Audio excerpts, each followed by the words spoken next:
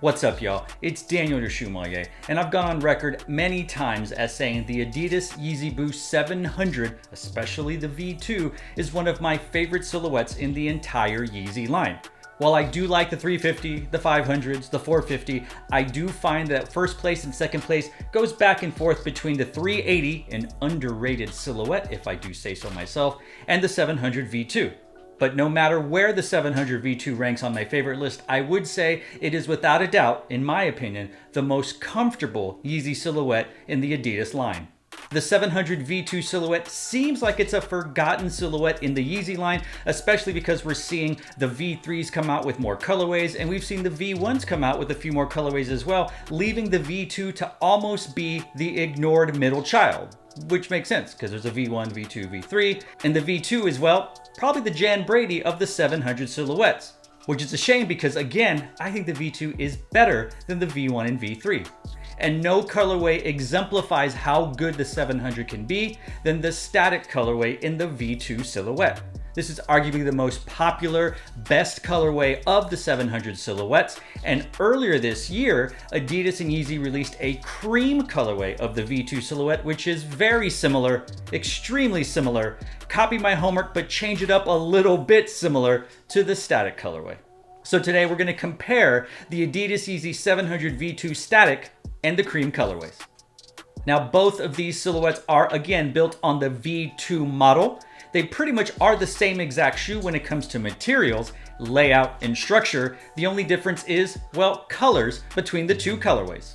The Adidas Yeezy Boost 700 static comes with a, well, TV static-like motif on the upper with a mix of gray and white, a slightly beige or stone-like color, 3M reflective materials, all atop, a white Boost midsole and black outsole. The cream colorway sees gray mesh knit uppers that are matched by the 3M reflective linear overlays on the sides. You also find the nubuck overlays in soft beiges and grays that are closer to a more cream color palette. Like the static, you do find an off-whitish shade to the Boost midsole, or the regular midsole, and then on the bottom of the shoe, you do find a dark gray outsole. One of the other color differences is on that midsole. On the static colorway, the two little oval shapes near the back of the shoe match the overall color and aesthetic of that white midsole, while on the cream colorway, you have the white midsole, but those two little ovals are in a cream color, more matching the overall color palette of the shoe. Now when it comes to fit, I'm normally a size 9 across the board. That's Ultra Boost, Air Force Ones, Jordan 1s, Pumas, New Balance, Asics, etc. But as I've mentioned many times, and as everyone who appreciates and wears Yeezys know, Yeezy sizing's all over the place. In the OG 350s, I'm a size 8.5. In the 350 V2s, I'm a size 10. In the 500s and all three of the 700s, I'm in a 9.5. In the 450s, I'm a 10. And in the foam runners, I'm a 10. So we basically have 8.5, 9, 9.5, and 10 across the entire Yeezy section. So I wear a size 9.5 in the V2 700 silhouette, and I bought that size in this colorway, and it fits just fine, fits exactly like every other V2 silhouette. So I highly suggest not only do you go up a half a size, but order the same size you order in every other V2 silhouette. And when it comes to comfort, as I already mentioned, I find the 700 V2 and the V1 the most comfortable silhouettes in the Yeezy line. There's just something about all of that thick with 2 C's or a Q boost, as well as the high quality feel of the materials on the upper and the way it hugs your foot, wraps around the foot, and just gives the ride an overall cushy and sophisticated, elegant, maybe classy feel. These creams are no different, so if you're looking for a super comfortable ride and something very spring-like and very light colored, this silhouette and colorway is for you.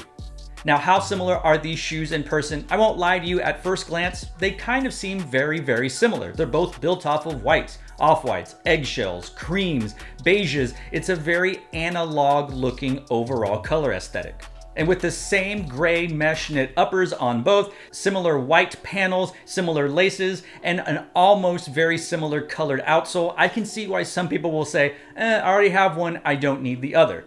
And maybe that's the reason why you should grab this cream colorway. The static colorway is arguably the most favorite, best colorway of the V2 line, and so it's going for a higher rate on resale sites, whereas the cream is not as expensive and it's close enough. It's sort of like buying the sand colored foam runner versus the Ararat colorway, because that's all white, but it's going for almost $300 more on resale sites than the sand.